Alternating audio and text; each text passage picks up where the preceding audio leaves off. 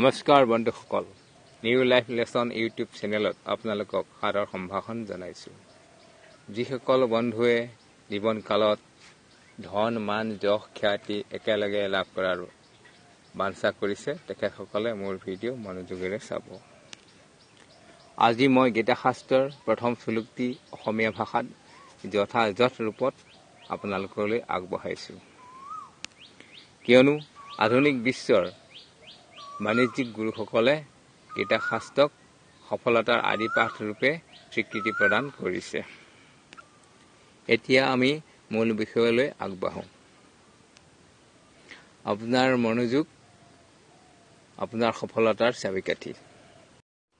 কুৰুক্ষেত্ৰৰ ৰণভূমিত সৈন্যসমূহৰ নিৰীক্ষণ। ধৃতৰাষ্ট্ৰ উবাচ ধৰ্মক্ষেত্ৰে কুৰুক্ষেত্ৰে সমবেতা যুযুৎসৱ মামকাঃ পাণ্ডবাস্য কিম কুৰ্বত সঞ্জয়। ধৃতৰাষ্ট্ৰ উবাচ ৰজা ধৃতৰাষ্ট্ৰই ক'লে, ধৰ্মক্ষেত্ৰে তীৰ্থক্ষেত্ৰত কুৰুক্ষেত্ৰ নামৰ ঠাইত সমবেত হোৱা যুযুৎসৱ যুদ্ধ কৰিবলৈ ইচ্ছা কৰোতা মামকাঃ মোৰ ফলীয়া মোৰ পুত্ৰসকল পাণ্ডুৰ পুত্ৰসকল চ আৰু এব নিশ্চয়কৈ কিম কি অকুৰ্বত তেওঁলোকে কৰিছিল সঞ্জয় হে সঞ্জয়। ধৃতৰাষ্ট্ৰই ক'লে, হে সঞ্জয়, যুদ্ধ কৰাৰ মানসেৰে তীৰ্থভূমি কুৰুক্ষেত্ৰত সমবেত হোৱাৰ পাছত মোৰ পুত্ৰসকল আৰু পাণ্ডুৰ পুত্ৰসকলে কি কৰিলে? তাৎপৰ্য: ভগৱদ গীতা হ'ল বহুলভাৱে পঠিত ভগৱত তত্ত্ব বিজ্ঞান, যাৰ সাৰমৰ্ম কিতাপ মাহাত্ম্যত দিয়া আছে। কিতাপ মাহাত্ম্যত উল্লেখ আছে যে এজন কৃষ্ণ ভক্তৰ সহায় লৈ যথেষ্ট পুংখানুপুংখভাৱে ভগৱদ গীতাখন অধ্যয়ন কৰা উচিত আৰু কোনো ব্যক্তিগত উদ্দেশ্য প্ৰণোদিত ব্যাখ্যাৰ সহায় নোলোৱাকৈ ইয়াক বুজিবলৈ যত্ন কৰা উচিত। ভগৱদ গীতাখন যথাযথভাৱে বুজি পোৱাৰ এটা দৃষ্টান্ত ভগৱদ গীতাতে দিয়া আছে, য'ত অৰ্জুনে ভগৱানৰ মুখৰ পৰা পোনপটীয়াকৈ গীতাখন শুনিবলৈ পাইছে আৰু তাত নিহিত তত্ত্বোপদেশ বুজি পাইছে। উদ্দেশ্য প্ৰণোদিত ব্যাখ্যাৰ পৰা দূৰত থাকি কেৱল গুৰু পৰম্পৰা ক্ৰমে ভগৱদ গীতাখন বুজি পোৱাৰ সৌভাগ্য যদি কাৰোবাৰ হৈছে, তেন্তে জানিব লাগিব যে তেওঁ সমস্ত বৈদিক জ্ঞানৰ অধ্যয়ন আৰু পৃথিৱীৰ সকলো শাস্ত্ৰকে অতিক্ৰম কৰি গৈছে। আন সকলো শাস্ত্ৰত থকা সকলো কথাকে ভগৱদ গীতাত পোৱা যায়, কিন্তু পঢ়োতাই এনে কিছুমান কথাও ইয়াত পাব পাৰে যিবোৰ আন গ্ৰন্থত নাই। এই কথাটোৱে গীতাখনক বিশেষ মৰ্যাদা প্ৰদান কৰিছে। গীতাখনেই হ'ল আটাইতকৈ সৰ্বাংগ সুন্দৰ ভগৱত তত্ত্ব বিজ্ঞান, কিয়নো ই হ'ল পৰম পুৰুষ পৰমেশ্বৰ ভগৱান শ্ৰীকৃষ্ণৰ পোনপটীয়া উক্তি। মহাভাৰতত বৰ্ণনা কৰা মতে ধৃতৰাষ্ট্ৰ আৰু সঞ্জয়ৰ মাজত হোৱা আলোচনাৰ বিষয়বস্তুৱেই হ'ল গীতাত থকা মহৎ তত্ত্বদৰ্শনৰ মূল উপাদান। এই কথা বিদিত আছে যে গীতাত প্ৰতিপাদিত তত্ত্বদৰ্শনৰ উদ্ভৱ হৈছিল কুৰুক্ষেত্ৰৰ ৰণভূমিত, আৰু বৈদিক যুগৰ ইতিহাসে ঢুকি নোপোৱা দিনৰ পৰাই কুৰুক্ষেত্ৰ এখন পবিত্ৰ তীৰ্থস্থান ৰূপে প্ৰসিদ্ধ। ভগৱানে যেতিয়া সাক্ষাতে এই ধৰাধামত উপস্থিত আছিল, সেই সময়ত মানৱ জাতিৰ পথ প্ৰদৰ্শনৰ উদ্দেশ্যে কুৰুক্ষেত্ৰ তীৰ্থতেই এই গীতাখন গাই শুনাইছিল। এইখিনিতে ধৰ্মক্ষেত্ৰ ধৰ্ম কৰ্মৰ অনুষ্ঠান কৰিবৰ বাবে নিৰ্দিষ্ট ঠাই পদটোৰ বিশেষ তাৎপৰ্য আছে, কিয়নো কুৰুক্ষেত্ৰৰ ৰণভূমিতে পৰম পুৰুষ পৰমেশ্বৰ ভগৱানে নিজে অৰ্জুনৰ ফলীয়া হৈ উপস্থিত আছিল। কৌৰৱসকলৰ পিতৃ ধৃতৰাষ্ট্ৰ নিজৰ পুত্ৰসকলৰ চৰম বিজয় লাভ কৰাৰ বিষয়ে যথেষ্ট সন্দিহান হৈ আছিল। সেই সন্দেহ মনত লৈয়েই তেওঁ তেওঁৰ সচিব সঞ্জয়ক সুধিছিল, তেওঁলোকে কি কৰিলে? ধৃতৰাষ্ট্ৰই নিশ্চয়কৈ জানিছিল যে তেওঁৰ পুত্ৰসকল আৰু তেওঁৰ ভায়েক পাণ্ডুৰ পুত্ৰসকলে এক সংঘৰ্ষত লিপ্ত হ'বৰ বাবে দৃঢ় সংকল্পবদ্ধ হৈ কুৰুক্ষেত্ৰৰ ৰণভূমিত সমবেত হৈছিল। তথাপি তেওঁ যে সেই বিষয়ে আকৌ প্ৰশ্ন কৰিছে সেই কথা তাৎপৰ্যপূৰ্ণ।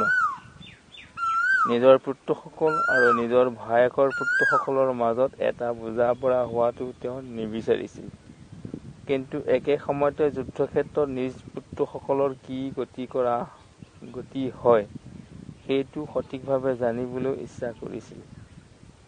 যিহেতু যুদ্ধখন কুৰুক্ষেত্ৰত হোৱাৰ প্ৰস্তুতি চলিছিল আৰু বেদত উল্লেখ আছে যে কুৰুক্ষেত্ৰ এখন পবিত্ৰ পূজ্যভূমি, আনকি দেৱতাসকলৰ বাবেই পূজ্য।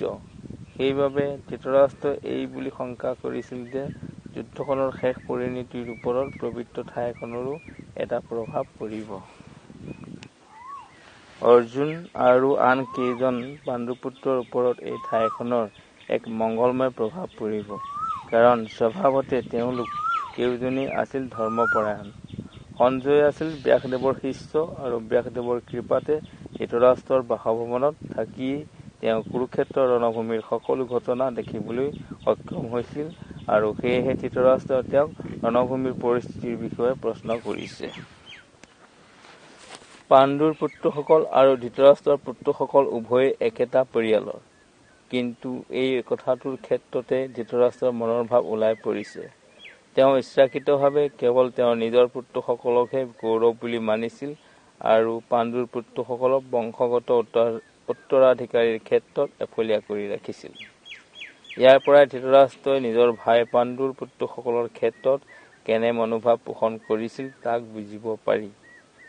এই গ্ৰন্থৰ আৰম্ভণিৰ পৰাই এই কথাৰ সূচনা কৰা হৈছে যে ধানৰ পথাৰৰ পৰা অলাগতিয়াল গছবিলাক উঘালি পেলোৱাৰ দৰেই ধৰ্মৰ ধৰণী শ্ৰীকৃষ্ণ য'ত উপস্থিত আছে, সেই কুৰুক্ষেত্ৰৰ ধৰ্মৰ পথাৰখনতো দুৰ্যোধন প্ৰমুখ্যে ধৃতৰাষ্ট্ৰৰ পুত্ৰসকলৰ ওপৰত থকা অলাগতিয়াল গছবিলাকক উঘালি চিন-নাইকিয়া কৰি যুধিষ্ঠিৰ প্ৰমুখ্যে নিতান্ত ধৰ্মপ্ৰাণসকলক ভগৱানে প্ৰতিষ্ঠিত কৰিব।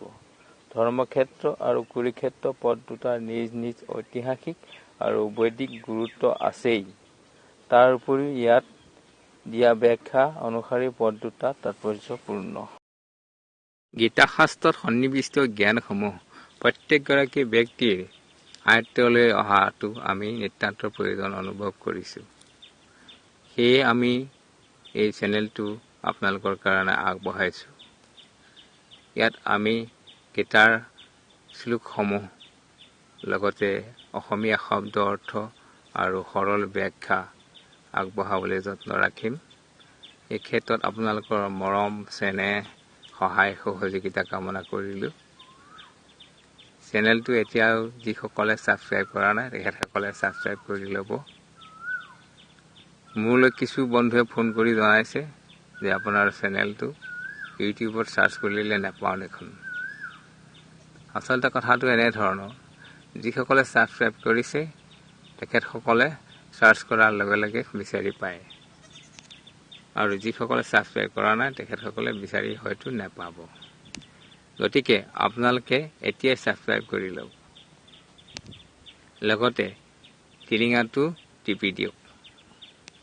এনে কৰিলে মই আপলোড কৰাৰ লগে লগে ভিডিঅ'সমূহ আপুনি আনতকৈ আগতে চাবলৈ পাব। ধন্যবাদেৰে আজিলৈ সামৰিছোঁ। জয় আই অসম।